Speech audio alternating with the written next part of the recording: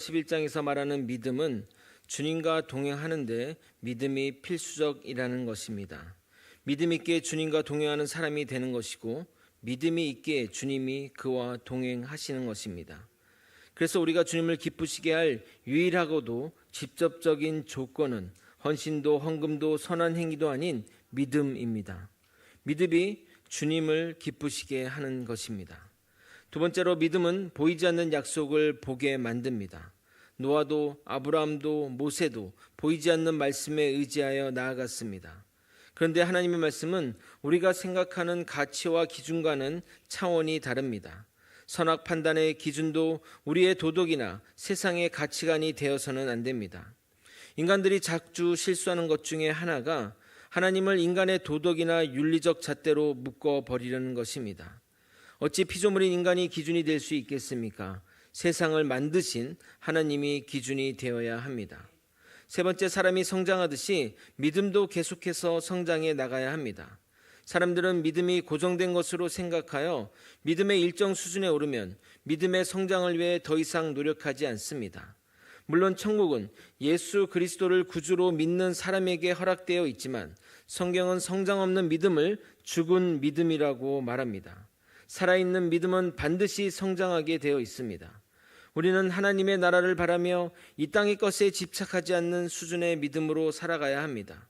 하늘 본향을 바라며 이 땅에서 나그네 같은 삶을 살아가는 것이 우리가 나아갈 믿음의 모습입니다.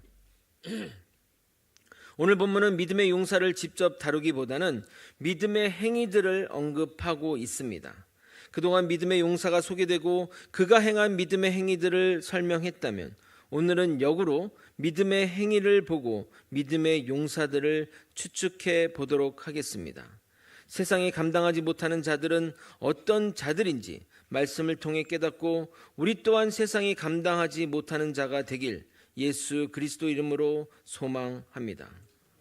히브리서 저자가 주목한 첫 번째 믿음의 행위는 믿음으로 나라를 이긴 것입니다. 33절 전반부를 읽어드리도록 하겠습니다. 그들은 믿음으로 나라들을 이기기도 하며 의를 행하기도 하며. 성경을 보면 믿음으로 나라를 이긴 경우가 참 많습니다. 기드온, 삼손, 이따, 다윗 등 모두 위대한 전쟁의 영웅들인데 그들은 하나같이 전장에 나아갈 때 칼이나 창과 같은 눈에 보이는 것을 들고 가기보단 주님을 의지하며 나아갔습니다. 기드온은 하나님의 말씀대로 소수의 군사 300명과 횃불과 항아리만 가지고 거대한 미디안 족속을 무찔렀습니다. 삼손은 블레셋을, 입다는 암몬을, 다윗은 블레셋, 암몬, 모압을 비롯한 여러 왕국을 믿음으로 무찔러 조국의 승리를 가져다 주었습니다. 그들 모두 믿음으로 승리한 것입니다. 우리도 믿음이 아니고서는 세상을 복음으로 정복할 수 없습니다. 믿음만이 이 세상을 이깁니다. 요한일서 5장 4절은 이렇게 말합니다. 무릇 하나님께로 난 자마다 세상을 이기느니라. 세상을 이기는 승리는 이것이니 우리의 믿음이니라. 믿음의 선배들은 믿음으로 나라를 이길 뿐만 아니라 믿음으로 의를 행했습니다. 우리나라는 민주국가이기에 정의의 가치의 중요성을 잘 모를 수 있는데 이 지구상의 정의로움이 제대로 작동하는 나라는 정말 손에 꼽을 정도입니다. 아프리카와 중동, 남미 대부분 국가는 독재 국가 또는 전제 국가입니다. 그 나라들은 철저한 힘의 논리로 소수가 권력을 집중하여 가지고 있기에 정의나 공의는 끼어들 공간조차 없습니다. 사실 우리나라도 이렇게 민주주의가 실현된 것은 그리 오래되지 않았습니다. 우리나라 국민이 정의를 위해 목숨 걸고 투쟁하였고 대를 이은 교육을 통해 의의 가치가 계승되기 때문에 이러한 의로운 세상을 누리고 사는 겁니다. 우리와 맞붙어 있는 북한만 하더라도 그들에게 정의가 무엇이냐고 물어보면 김정은 수령에게 충성하는 것이 정의라고 말할 것입니다. 그런데 여러분, 이 의라는 가치관이 어디서 나온 줄 아십니까? 이 의의 정신은 기독교 복음에서 나온 것입니다. 그래서 믿음이 아니면 의는 이 땅에서 실현될 수 없습니다. 기독교가 이 세상에 영향을 미친 것은 참 많습니다. 그래서 독재국가나 공산국가에서는 그 성경책 기독교를 그렇게 탄압하는 것입니다. 전 쿠바 주재 북한 대사관이었다가 탈북한 리일규 참사는 기독교 복음을 접하고 나서 화를 내었다고 하는데 그 이유가 자신들이 진리라고 신봉한 주체 사상이 기독교의 교리와 똑같아서랍니다. 기독교의 주님을 김일성으로 바꾼 것이 주체 사상이기에 그들은 어찌 보면 종교로 북한 백성을 쇠뇌한 것이나 마찬가지라 하겠습니다. 제가 대학 때 우연히 주체 사상 책을 읽은 적이 있습니다. 이 일로 국가보안법에 걸린 건 아니겠죠? 신고하지 말아주시기 부탁드립니다. 저 또한 그 책을 보고 정말 놀랐는데 정말 기독교 교리와 똑같았습니다. 나중에 김일성이 교회를 다녔다는 그 사실을 듣고 그 배경을 이해하게 되었습니다. 아이러니하게도 김일성은 그 복음의 힘을 믿었던 것입니다. 이렇게 하면 사람들이 자신을 따를 것이라 믿어서 그렇게 한 행동이라는 것입니다. 반면 믿음의 선조들은 믿음으로 하나님이 명하신 명령의 테두리를 벗어나지 않고 최선을 다해 매사 정의롭게 일을 처리하였습니다. 말씀이 바로 의이고 의를 지켜내게 의로운 세상이 된 것입니다. 세 번째로 믿음은 죽음의 위협도 이겨냅니다. 33절 후반부를 읽어드리도록 하겠습니다. 약속을 받기도 하며 사자들의 입을 막기도 하며 믿음의 선배 가운데 약속을 믿고 따랐기에 약속한 것을 받았습니다. 그런데 그 약속과 약속을 받은 것 사이에는 시간의 간극이 존재하는데 믿음의 선배들은 그 간극을 믿음으로 채운 것입니다. 누군가에게 돈을 빌려주고 그 돈을 돌려받는 그것을 기다릴 수 있는 것은 그 상대방에 대한 신뢰 또는 신용이듯이 선진들 또한 약속한 것을 받을 때까지 믿음으로 기다린 것입니다. 사자의 입을 막는 경우는 성경에 3번 나옵니다. 삼손과 다윗처럼 물리적으로 사자의 입을 찢어 막은 경우가 있고 다니엘의 경우가 있는데 아마도 여기서는 다니엘의 경우를 말하는 것 같습니다. 다니엘은 우상 숭배의 위협 속에서 믿음을 지키려다 사자굴에 떨어졌는데 하나님의 천사가 그 사자의 입을 막아버린 것입니다. 다니엘의 능력에는 하나님의 은혜로 이루어진 일입니다. 그 사건을 통해 다니엘은 살아나게 되었고 다리오 왕은 전국에 조서를 내려 다니엘을 구원하신 하나님께 영광을 선포하게 됩니다. 이어서 34절을 여러분이 한번 읽어보도록 하겠습니다. 함께 읽겠습니다. 시작.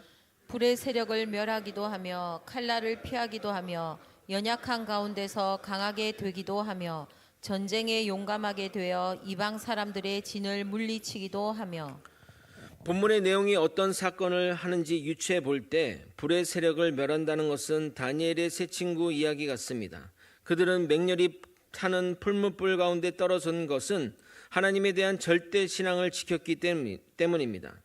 그러나 그들이 맹렬히 타는 풀무불을 직접 끄지는 않았습니다. 그 속에 떨어졌을 때 하나님께서 그 타는 불 속에 있는 그들과 함께 하시며 그들을 보호하사 머리털 하나 옷 하나도 거스리지 않게 기적을 베푸신 것입니다. 5번째로 칼날을 피한 것은 성경에 무수히 기록되어 있습니다. 대표적으로 다윗이 사울의 칼을 피한 것, 엘리야, 엘리사 등등 많은 이들이 주님의 도움으로 칼날을 피하게 되었습니다. 연약한 가운데서 강하게 된 사람들도 성경의 부지기수로 나옵니다. 사실 성경의 인물 대부분이 연약한 가운데 주님을 의지하여 강하게 된 사람들이기에 예를 들 수 없을 정도입니다. 전쟁에서 용감하게 적들과 싸워 이기는 이야기는 성경에 기록된 모든 전쟁이 다 포함된다 하겠습니다. 중요한 것은 그 사건 모두 믿음으로 주님께 나아갔고 주님은 그들에게 놀라운 은혜를 허락하셨다는 것입니다. 그런데 이들은 어떻게 이런 놀라운 일들을 감당했을까요? 이들의 믿음의 배경을 살펴보도록 하겠습니다. 35절 본문이 어렵게 번역이 되어 제가 쉬운 번역으로 여러분에게 읽어드리고 설명드리도록 하겠습니다. 현대인의 성경 버전으로 35절 읽겠습니다. 그리고 어떤 여자들은 죽은 가족을 다시 살아난 상태에서 맞이하기도 하였으며 어떤 사람들은 더 나은 부활을 얻기 위해 고문을 당해도 풀려나기를 거절했습니다. 본문은 두 종류의 사람을 이야기하고 있습니다. 부활을 믿음으로써 죽었던 가족이 다시 살아나왔던 그 일과 부활을 믿어 죽음을 선택했던 자들을 말하고 있습니다. 결과는 천양지차지만 원인은 부활신앙 때문입니다. 구체적으로 살펴보면 자신이 사랑하는 가족이 죽어서 정말 절대적인 고통 속에 있던 자들이 부활을 믿음으로써 죽었던 자들이 살아 돌아오게 된 사건을 이야기하고 있습니다. 히브리서에서 말하고 있는 이 여인들은 구약 성경에 기록되어 있는 사렙다 과부와 수넴 여인을 말하는 것입니다. 사렙다 가문은 하나밖에 없는 아들이 죽었을 때 엘리야 선지자에게 탄식하였고 결국 엘리야의 간절한 기도로 아들이 다시 살아나는 기적을 경험했습니다. 또한 수넴 여인은 나이가 들어 얻은 아들이 죽자 엘리사에게 도움을 요청했고 엘리사가 그를 위해 간절히 기도하자 아들이 다시 살아나는 기적을 경험했습니다. 이들은 하나님에 대한 믿음으로 죽음을 물리치고 부활하는 놀라운 경험을 하게 된 것입니다. 두 번째 경우는 부활을 믿었기에 구차하게 목숨을 구걸하지 않는 믿음의 선조들의 모습을 말하고 있습니다. 한글 성경은 고문을 받되라고 쓰여 있어서 그 고문이 무슨 물고문인지 어떤 고문인지 알 수가 없으나 헬라어 원문에 따르게 되면 팀파논이라는, 그러니까 그 고문을 받대가 팀파논이라고 쓰여 있는데 팀파논이라는 특정한 고문을 말하고 있습니다. 그 고문 방식은 끔찍한 극형 중의 하나로서 고문받다 모든 사람들이 죽게 됩니다. 몸에 쇠꼬챙이로 찔린 몸통에서 팔과 다리와 모든 것들의 관절들을 탈골시킨 후에 홍두깨로 가슴팍을 두드리는 것인데 설명만 들어도 끔찍할 정도로 극악한 고통 속에 죽어간다고 말합니다. 이 형에 처해진 인물이 성경 외경인 마카비서에 실려 있는데 신구약 중간기 시대에 활동한 제사장 엘르아살입니다. 당시 그의 나이 90세 노인인데 부정한 음식으로 여겨졌던 돼지고기를 먹으라는 명령을 받았으나 끝까지 거부한 결과 이 형에 처해졌다고 기록되어 있습니다. 심지어 그를 존경한 한 병사가 조리된 돼지고기를 다른 고기로 속여서 먹도록 권고했지만 일체의 타협을 거부하고 명예로운 죽음을 선택했습니다. 믿음의 선진들이 극형을 당하면서도 조금도 흔들리지 않을 수 있었던 것은 무슨 이유 때문일까요? 그들은 더 좋은 부활에 대한 소망이 있었기에 이러한 고통을 기꺼이 참아낼 수 있었던 것입니다. 그래서 그들은 구차히 석방되기를 거부한 것입니다. 이처럼 믿음의 선배들은 살 꾀를 자발적으로 포기하고 죽음 후에 더 좋은 부활을 대한 소망으로 극한 고통 가운데서도 형장의 이승일이 되는 길을 선택했던 것입니다. 점점 더 심해지는 박해의 상황을 이야기하고 있습니다. 36절을 여러분이 한번 읽어보도록 하겠습니다. 함께 읽겠습니다. 시작. 또 어떤 이들은 조롱과 채찍질뿐 아니라 결박과 옥에 갇히는 시련도 받았으며 자신의 신념과 믿음 때문에 조롱과 채찍질을 받았으며 더 나아가 옥에 갇히는 믿음의 선배들은 참 많았습니다. 대표적으로 구약에는 에레미야 선지자가 있고 신약에는 예수님의 제자와 사도 바울이 있습니다. 그리고 지금 로마와 기독 유대교로부터 핍박받는 히브리서 독자들이라 하겠습니다. 그러므로 히브리서 저자는 이 서신서를 읽고 있는 성도들에게 지금 일어나고 있는 이 핍박이 당신들에게만 있었던 일이 아니라 진리를 따르는 자들에게 당연한 것임을 알려주고 있는 것입니다. 디모데후서 3장 12절에 이렇게 말합니다. 무릇 그리스도 예수 안에서 경건하게 살고자 하는 자는 박해를 받으리라. 여러분, 진리를 따르는 길은 언제나 좁고 험합니다. 그래서 세상 사람들은 넓고 평탄한 길로 가나 믿음의 사람들은 진리를 위해 고난받기를 자처하는 자들이기에 좁은 길로, 그 험한 길로 나아가는 것입니다. 히브리서 11장 25절 이렇게 말합니다. 도리어 하나님의 백성과 함께 고난받기를 잠시 죄악의 낙을 누리는 것보다 더 좋아하고, 우리가 가는 이 좁은 길, 진리의 길은 우리가 그 길로만 나아가야 합니다. 왜냐하면 거기에만 생명이 있기 때문입니다. 이어서 37절을 여러분이 또 한번 읽어보도록 하겠습니다. 함께 읽겠습니다. 시작. 돌로 치는 것과 톱으로 켜는 것과 시험과 칼로 죽임을 당하고 양과 염소의 가죽을 입고 유리하여 궁핍과 환난과 학대를 받았으니. 점점 더 33절부터 그 고난과 핍박의 강도가 점점 더 계속해서 점증되고 있습니다. 37절은 가장 극심한 고난 상황, 즉 순교의 상황을 말하고 있습니다. 구약의 인물 중 돌에 맞아 죽은 자는 제사장 여호야다의 아들 스가랴가 가장 먼저 생각날 것입니다. 계속해서 열왕기서 강해를 하니까 그때 그 상황들을 살펴보도록 하겠습니다. 신약시대 돌에 맞아 죽은 사람 하면 스데반 집사가 떠오를 것입니다. 그는 복음을 전하며 유대교인들의 잘못을 책망하자 이에 분노한 유대인에 의해 돌에 맞아 죽게 됩니다. 톱에 쓸려 죽은 자는 구약 성경에는 없으나 탈무드에 보게 되면 이사야 선지자가 므낫세 왕에 의해 톱으로 잘려 죽었다고 나옵니다.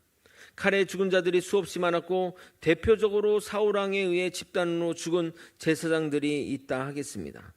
비록 그들 모두 순교의 길을 걷지는 않았으나 종교적인 박해로 고향을 떠나 유리한 자들은 수도 없이 많았습니다. 당연히 그들은 궁핍하였고 환난과 학대를 당해야 했습니다. 이스라엘 민족이 아수르의 바벨론 포로로 끌려간 일이나 로마에 의해 멸망한 이후에 각 나라로 흩어진 디아스포라 사람들도 포함될 것입니다.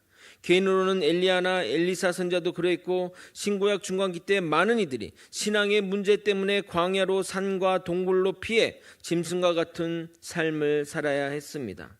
이 기록들은 믿음의 선배들이 믿음으로 박해를 받은 기록이기도 하지만 현재 이 서신서를 읽고 있는 기독교 유대인들이 겪는 고난과 환난이기도 합니다. 그들도 박해를 인해 굶주린 사자의 밥이 되기도 하며 산채로 묶여 불에 태워지기도 하며 칼과 톱으로 죽임을 당하며 고향을 떠나 환난과 학대를 당해야 했습니다. 그래서 처음에는 믿음의 선배님들의 이야기구나 라고 듣고 있던 독자들이 아니 우리들의 이야기 하나네 하며 깨닫게 되는 겁니다. 그래서 독자들은 히브리서가 진술한 대로 믿음의 용사들의 이야기를 들으며 아브라함은 그랬지, 모세는 그랬지, 누구누구는 그런 삶을 살았지 하며 읽어 내려가다가 남의 이야기 아닌 우리도 그런 삶을 살고 있기에 거기서 오는 동질감의 위안을 얻고 더 나아가 우리도 지금 그런 삶을 살고 있다 하더라도 이 길이 틀리지 않았음을 확신하게 되는 것입니다. 진리를 따르는 길은 항상 박해와 환난이 예비된 길입니다. 그러나 역설적으로 그 박해를 받던 시절의 기독교는 정말 반짝반짝 빛이 났습니다. 그러나 우리나라에서 우리가 기독교를 믿는다는 이유로 박해나 핍박을 받는 사람은 거의 없을 것입니다. 마음대로 기도하고 소리 높여 찬양하며 언제든 말씀을 들을 수 있으며 신앙의 자유가 차고 넘쳐 흘러나고 있습니다. 하지만 역설적으로 얼마나 한국 기독교가 썩었고 타락했고 변질되었습니까? 국민들에게 기독교를 신뢰하는 설문조사를 했는데 20%가 조금 넘는 숫자가 신뢰한다고 답했습니다. 만약 이 질문의 대상자를 비기독교인으로 한정한다면 10%대가 나오지 않을까 생각됩니다. 지금 윤석열 대통령 지지율이 20% 아래로 내려왔다고 소란스러운데 정말 우리 기독교는 심각한 수준입니다. 사랑하는 성도 여러분, 신뢰할 수 없는 종교에 누가 자기의 인생을 맡기겠습니까? 저는 아무런 박해나 환난이 없는 이 시기가 믿음의 사람들에게 더 위험한 시기라 생각됩니다. 현재 사역자의 역할 중 가장 신경 써야 할 일들이 말씀 연구나 복음 전파나 제자 양육과 같은 것이 아닙니다. 가장 신경 써야 할 것은 성도들이 시험 들지 않게 하는 일입니다. 성도들이 시험 드는 이유가 결코 사소하지는 않지만 우리 믿음의 선배들이 받았던 환난과 비교하면 말하기조차 민망할 수준입니다. 그래서 교회를 떠나는 이유가 환난과 핍박이 아닌 시험이고 그 시험의 내용도 단지 자신의 자존심에 상처를 냈대거나 교회가 자신을 인정해 주지 않는다는 이유로 떠나거나 그러니 우리 믿음의 연약함에 고개가 숙여질 정도입니다. 정말 저를 포함하여 우리 모두 정말 정신을 똑바로 차려야 할 것입니다. 이제 11장 절정으로 나아갑니다. 38절 또한 여러분이 한번 읽어보도록 하겠습니다. 함께 읽겠습니다. 시작. 이런 사람은 세상이 감당하지 못하느니라. 그들이 광야와 산과 동굴과 토굴에 유리하였느니라. 가끔 성경을 읽다 보면 이렇게 괄호가 있는 문장을 보게 됩니다. 도대체 이 괄호가 의미하는 것이 무엇일까요? 성경 저자가 성경을 기록할 때 손으로 성경 원본을 쓰고 그 원본을 다른 사람에게 전달하려면 손으로 필사하여 전달했습니다. 당연히 손으로 필사하다 보니 오류가 발생하게 됩니다. 그런데 틀리더라도 원본과 필사본을 비교해 확인하면 되지 않겠냐 생각하겠지만 안타까운 것은 지금 우리에게는 성경 원본은 없고 수많은 필사본만 남아있다는 것입니다. 그래서 성경 학문 중에 사본학이라는 학문이 있고 그 학문을 전공한 사람들이 사본 중에 무엇이 원본에 가까운지를 연구하는 것입니다. 만약 오류가 있는 필사본이 계속해서 필사가 되면 오류가 있는 필사본이 우리에게 전달되게 됩니다. 그래서 성경의 필사본 중에는 38절의 괄호 문장, 이런 사람은 세상이 감당하지 못하느니라가 있는 필사본이 있고 다른 필사본에는 이 문장이 없는 것입니다. 그렇다면 우리는 두 가지를 생각할 수 있습니다. 필사자가 모르고 빼먹었거나 필사자가 의도적으로 첨가했거나, 그런데 어느 것이 원본인지 모를 때는 이렇게 괄호를 치고 기록함으로써 해석의 여지를 남겨두게 되는 것입니다. 그럼 여러분에게 한번 물어보겠습니다. 이 괄호 안의 문장이 원문에 있었을까요? 없었을까요? 있었을까요? 없었을까요? 제가 맞는 것은 아니지만 11장을 쭉 읽어보면 느껴지는 것이 있어서 말씀드리는데, 원래는 없었지만 필사자 한 분이 지금까지 선배들의 행동을 기록하면서 감동을 받아 이런 자들은 세상이 감당하지 못한다고 쓴 것이 아닌가 추측해 봅니다. 이 문제는 천국에 가서 확인할 문제입니다. 그러나 이 문장이 있다고 해서 성경 전체에 어떤 큰 틀이 바뀌거나 하는 것은 없습니다. 그러니까 있든 없든 큰 문제가 되지 않기 때문에 그렇게 문제 걱정할 필요는 없습니다. 지금까지 살펴본 대로 주님을 위해 죽음도 두려워하지 않는 자들은 어떻게 세상이 감당하겠습니까? 죽음을 두려워하지 않는 자들에게 죽음의 협박은 전혀 위협이 되지 않습니다. 칼과 톱으로 신체가 잘리는 고통 가운데도 자신의 신앙을 위해 기꺼이 순교하는 자들에게는 어떠한 것이 위협이 되겠습니까? 그래서 그들은 세상의 것이 전혀 위협이 되지 않으니 세상이 감당하지 못하는 자들인 것입니다. 우리 모두 세상에서 부끄러운 자가 되지 말고 세상이 감당하지 못하는 자가 되길 예수 그리스도 이름으로 소망합니다. 이제 남은 두 절을 살펴보겠는데 정말 중요한 내용이 담겨 있으니 잘 들어주시기 바랍니다. 지금은 이해하지 못한다 할지라도 계속해서 제가 여러분에게 반복적으로 설명을 드릴 예정이니 이해하지 못한다 하더라도 실망하지 말고 들어주시기 바랍니다. 성경 공부를 인도하다 보면 이런 질문을 하는 분들이 있습니다.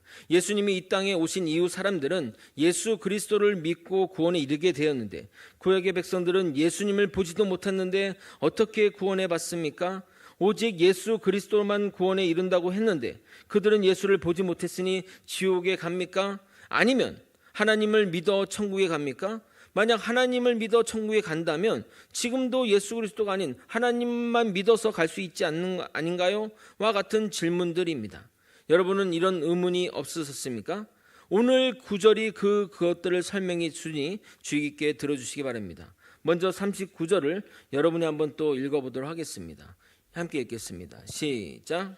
이 사람들은 다 믿음으로 말미암아 증거를 받았으나 약속된 것을 받지 못하였으니. 히브리서가 언급한 믿음의 용사들은 믿음으로 증거를 받았다고 하는데 증거를 받았다로 쓰인 마르티레오는 과거 분사 수동태를 취하고 있습니다. 이 수동태를 신적 수동태라고 하는데 신적 수동태의 의미상의 주어가 하나님이기에 이 사람들의 믿음은 하나님이 보증해 준다는 말입니다. 하나님이 인정하는 믿음의 사람들인데 단 한 사람도 이 세상에 사는 동안 약속이 성취되는 복을 누리지 못했다고 말합니다. 그 약속은 무엇이냐? 우리에게 구세주를 보내 구원하시겠다는 새로운 언약의 약속과 영원한 하나님의 나라를 보지 못했다는 겁니다. 그런데 그들이 보지 못했다고 그들에게 하나님의 나라의 시민권이 보장되지 않는 것은 아닙니다. 그들의 하나님의 나라의 시민권은 안전하게 보장되어 있습니다. 왜냐하면 그들은 꿈으로, 말씀으로, 환상으로 하나님의 나라를 본 자들이고 그 믿음으로 고난을 이겨냈기 때문에 하나님으로부터 인정받은 자들이기 때문입니다. 그들이 약속된 것을 궁극적으로 받지 못한 이유는 그리스도가 그들 시대에 오지 않았기 때문입니다. 영원한 하나님의 나라는 예수 그리스도가 오심으로 완전하게 성취되는 겁니다. 그러므로 예수님이 오지 않았으니 그들은 구원받지 못했다고 하는 것은 말이 되지 않습니다. 히브리서에 언급된 믿음의 용사들, 구약의 그 믿음의 용사들은 하나같이 약속된 것을 받지 못했지만 그들 모두는 하나님께 믿음을 인정받은 자들입니다. 그러므로 그들의 구원은 이루어진 것입니다. 신학자 알포드는 이런 상황을 이렇게 표현합니다. 구약의 믿음의 사람들을 위해 궁극적인 구원은 미래에 속하였고 우리 또한 그것은 미래이며 동시에 현재이다라고 말입니다. 쉽게 말하면 신약의 성도들은 그리스도를 통한 약속이 이미 성취되었고 재림을 통한 종국적 성취는 구약의 성도들이나 신약의 성도들 모두 미래에 속한다는 것입니다. 구약의 성도들도 우리도 미래에 완전히 구원될 것입니다. 언제요? 주님의 때에 말입니다. 우리는 구원받았지만 그 구원의 완성은 언제 완성이 됩니까? 주님이 재림하실 때 완성이 되는 겁니다. 그러니까 우리는 약속을 손에 쥐었지만 그 약속이 아직 성취된 것은 아닙니다. 구약의 백성도 똑같습니다. 예수 그리스도를 보지 못했지만 결국 재림의 때 이들의 구원들이 완성이 될 것이기 때문에 그들이나 우리나 종말의 때, 재림의 때 구원이 완성이 되는 겁니다. 좀 더 쉽게 얘기하면 아파트 청약이 당첨이 됐습니다. 그 사람은 이 아파트 건축이 완성되면 그 집에 입주를 하는 거죠. 별일이 없으면 부도나거나 망가지지 않게는 되지 않겠습니까? 구약의 백성들은 여기 청약에 넣지를 못했어요. 그러니까 이 아파트 못 들어간 거냐? 아니죠. 아파트 완성되면 남은 분양으로 들어가면 되는 겁니다. 제가 쉽게 이해하기 위해서 만든 예니까 좀 어설프더라도 이해해 주시기 바랍니다. 그러니까 구약의 백성들도 신약의 백성들도 그 하나님 예수 그리스도를 보지 못했지만 종말의 때 재림의 때 예수 그리스도가 완성될 때 같이 구원의 복을 받게 된다는 겁니다. 이제 마지막 절을 살펴보겠습니다. 40절 전반부만 읽겠습니다. 이는 하나님이 우리를 위하여 더 좋은 것을 예비하셨은즉. 이게 39절에 이 사람들은 믿음의 선진들, 즉 구약의 선조들을 말하는 것이라면 이 40절에 우리는 예수 부활 승천하신 이후에 살아가는 히브리서 서신자, 순자들을 말하는 겁니다. 하나님은 신약의 성도들을 위해 구약의 성도들보다 더 좋은 것을 예비하셨다고 말씀하십니다. 그렇다면 그 좋은 것이 무엇일까요? 그리스도로 말미암은 구속과 예수님 때문에 우리가 하나님께 직접 나아갈 수 있게 된 것입니다. 구약의 성도들은 신약의 성도들을 위해 하나님께서 미리 준비하신 구원을 멀리서 바라볼 뿐입니다. 이는 하나님께서 창세전에 미리 계획하신 일입니다. 그렇다고 이 구약의 백성들이 축복에 참여하지 못하는 것은 아닙니다. 그들 구약 백성들은 오실 그리스도와 그분을 통한 구원을 믿음으로 미리 보았고 우리 신약 백성들은 이미 오신 그리스도를 믿음으로 영접한 것만이 다를 뿐입니다. 결국 믿음에 따른 구원의 상급은 그들이나 우리나 다를 것이 없습니다. 40절 후반부를 보겠습니다. 이 부분도 좀 어려운데 읽고 제가 설명드리도록 하겠습니다. 여러분이 한번 읽겠습니다. 시작. 그들로 온전함을 이루지 못하게 하려 하심이라. 여기서 우리가는 신약의 성도들을 말하고 그들로는 구약의 백성들을 말합니다. 이 표현에 따르게 되면 우리가 아니면 구약의 성도들은 온전함을 이루지 못한다고 이해되는데 그런 의미가 아니라 구약의 성도들이 우리와 함께 그리스도 안에서 온전해진다는 의미이며 하나님이 예배하신 더 좋은 것을 구약의 성도들과 신약의 성도들 사이에 밀접한 관련 속에서 이루어진다는 것을 말하고 있는 것입니다. 옛 언약 아래에 있었던 구약의 아래에 있었던 믿음의 선배들은 그들 스스로는 완전하게 되지 못하였는데 그들 이유는 사람의 완전함은 그리스도를 통해서만 비로소 가능하기 때문입니다. 그래서 예수께서 오셔서 십자가의 속죄 사역을 이루심으로써 믿음의 사람들이 완전함을 얻게 되었습니다. 그래서 예수 그리스도가 돌아가기 전에 내가 다 이루었다고 말씀하심으로써 그 율법의 의를 이루신 것입니다. 이 예수님의 속죄 사역의 효력은 신약뿐만 아니라 구약의 믿음의 사람들께도 미친다는 사실을 보여주는 것입니다. 이처럼 구약의 성도와 우리 신약의 성도들은 상호 연관성이 밀접합니다. 그런데 여러분 이것을 이렇게 오해하시면 안 됩니다. 구약의 성도들에는 신약의 백성들이 절대적으로 필요하나 신약의 성도들은 구약의 성도들이 필요 없다고 생각할 수 있는데 절대 그렇지 않습니다. 구약은 구원의 기초를 쌓는 과정이고 신약에 오신 예수 그리스도를 통해 완성되는 겁니다. 그 세상 어떤 것도 기초 없이 완성을 이룰 수 있겠습니까? 건물을 한번 생각해 보십시오. 기초가 없는 건물은 결국 무너지게 마련입니다. 반대로 기초만 잘 다졌는데 그 위에 아무것도 쌓지 않는다면 완성에 이르지 못합니다. 그러므로 기초와 완성은 따로 떼어서 생각할 수 없습니다. 구약의 성도들은 우리와 결합하여 그리스도로 말미암아 옛날보다 더 좋은 자리에 앉았으며 그리스도께서 제공해 주신 영적인 축복을 함께 나눌 수 있게 된 것입니다. 이것은 하나님이 창세전에 미리 계획하신 일입니다. 따라서 우리는 구약의 성도들을 구원의 축복에서 제외하거나 우리와 아무 상관없는 자처럼 생각해서는 안 됩니다. 성경은 구원은 우리가 아브라함의 아들임과 동시에 아브라함과 함께 복을 받는 자라고 얘기하고 있습니다. 갈라디아서 3장 7절에서 9절, 이 구절도 어려워서 제가 표준 세번역으로 읽어드리도록 하겠습니다. 그러므로 믿음에 난 사람이야말로 아브라함의 자손임을 여러분은 아십시오. 또 하나님께서 이방 사람을 믿음에 근거하여 의롭다고 여겨주신다는 것을 성경은 미리 알고서 아브라함에게 모든 민족이 너로 말미암아 복을 받을 것이다 하는 기쁜 소식을 미리 전하였습니다. 그러므로 믿음에 난 사람들은 믿음을 가진 아브라함과 함께 복을 받습니다. 하나님은 우리의 구원이 우리의 의로운 행위가 아니라 예수 그리스도라 통한 은혜임을 안다면 우리 인간들은 정말 겸손의 자리로 나아갈 수밖에 없습니다. 구약의 성도들 역시 율법의 행위가 아니라 믿음으로 구원에 참여한 것입니다. 그들과 우리 모두 그리스도를 통해 구원에 동참하고 완전해진다는 측면에서 그들과 우리는 모두 연결되어 있고 하나의 목표를 향해 나아가고 있는 자들인 것입니다. 아멘. 말씀을 정리하겠습니다. 히브리서 저자가 믿음의 선배들이 겪은 고난과 핍박을 기록하는 이유는 현재 믿음으로 핍박으로 고통받고 있는 히브리서를 읽고 있는 본인들의 이야기이기 때문입니다. 그래서 신앙을 저버리지 말라는 직접적인 말보다는 믿음의 선배들이 걸어간 것처럼 너희도 걸어가라고 말하는 것입니다. 그들이 가는 길은 결코 혼자가 가는 길이 아닙니다. 선배들이 걸어간 길이고 우리 주님이 걸어간 길이며 이 설교를 듣고 있는 우리가 걸어갈 길입니다. 우리 모두 세상이 비웃는 자가 아닌 세상이 감당하지 못하는 자들이 되었으면 좋겠습니다. 죽음도 두려워하지 않는 불굴의 정신으로 어떤 시험과 환난과 유혹에도 굴하지 않고 주님 바라보며 주님 걸어가신 길을 함께 따라가는 저와 여러분이 되시길 예수 그리스도 이름으로 축원드립니다. 아멘. 함께 찬양하시고 나아가도록 하겠습니다. 가사를 많이 생각했으면 좋겠습니다.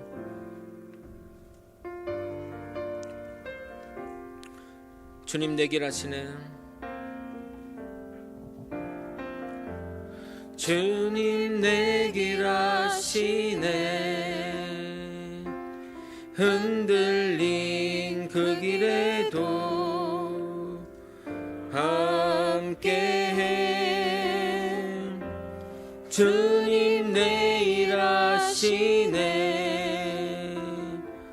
멈춰진 나의 삶에도 다시 한번 찬양하도록 하겠습니다. 주님 내 길 아시네.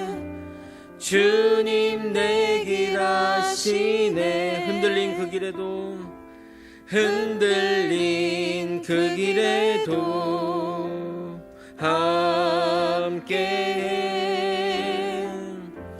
주님 내 일 아시네. 멈춰진 나의 삶에도 늘 함께해. 나의 힘이 되신 주 항상 같은 곳에서 주가 나의 도움 되시네. 나의 길이 되신 주 변함없으신 게 주가 나의 모든 나의 힘이 되신 주 나의 힘이 되신 주 항상 같은 곳에서 주가 나의 도움 되시네. 나의 길이 되신 주 변함없으신 게 주가 나의 모든 걸음 되시네. 믿음은 불가능을 가능케 합니다. 믿음의 사람들은 세상에서 어떠한 조롱과 멸시를 당해도 당당히 이겨냅니다. 고난의 시기에 믿음보다 더 좋은 무기는 없습니다. 믿음의 선배들처럼 우리 또한 그런 불굴의 믿음으로 살아갔으면 좋겠습니다. 주님이 반드시 그 길에 동행해 주실 것입니다. 사랑하는 거제 소망교회 성도 여러분, 그러므로 믿음으로 생활하면서 절대 시험 들지 말기를 바랍니다. 그것은 사단에게 지는 것입니다. 어떤 상황에서도 결코 변심하지 말고 굳건히 자리를 지키기를 소망합니다. 주님 안에서 변절되지 않고 믿음의 길을 굳건히 걸어가길 소망하며 아래와 같은 기도 제목으로 기도하겠습니다. 첫 번째, 주님 만나는 그날까지 변치 않는 믿음 간직하게 하여 주시옵소서. 주어진 환난과 시험을 통해 더욱 주님을 의지하는 자가 되게 하여 주시옵소서. 세 번째, 절대 시험 들지 않으며 어떤 상황에서도 주님에 대한 신뢰를 저버리지 않는 자가 되게 하여 주시옵소서.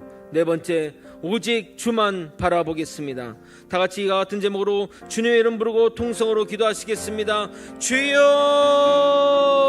하나님 아버지, 주님 만나는 그날까지 변치 않는 믿음으로 살아가는 아버지 믿음의 백성이 되게 도와주옵소서. 아버지여, 정말 하나님 주어진 환난과 시험을 통해 오히려 더 주님을 깨닫고 주님께 더욱더 나아가 주님만 의지하며 살아가는 자가 되게 도와주옵소서. 아버지여, 우리의 연소함을 아버지 하나님께 고백합니다. 아버지, 절대 시험 들지 않게 도와주시고 이 어려운 시기에 더욱더 하나님을 의지하며 믿음의 상황으로 주님에 대한 신뢰를 저버리지 않으며 살아가는 믿음의 백성 되게 도와주옵소서. 오직 주만 의지합니다. 오직 주만 바라보겠습니다. 오직 주님이 나의 구세주이십니다. 주님이 오직 나의 전부이십니다. 오직 주님만 바라보는 삶을 살게 도와주옵소서. 오직 주님만 의지하게 살게 도와주옵소서. 나에게 주님이 전부이시고 내가 의지할 대상은 오직 주님밖에 없음을 고백하오니 주님 붙들어 주시고 인도해 주옵소서. 우리 삶을 인도하시는 주님, 나에게 너무나 소중한 주님, 나의 전부 되신 주님, 나의 사랑 되신 주님을 간절히 고백하오니 주님 붙들어 주시고 인도해 주옵소서.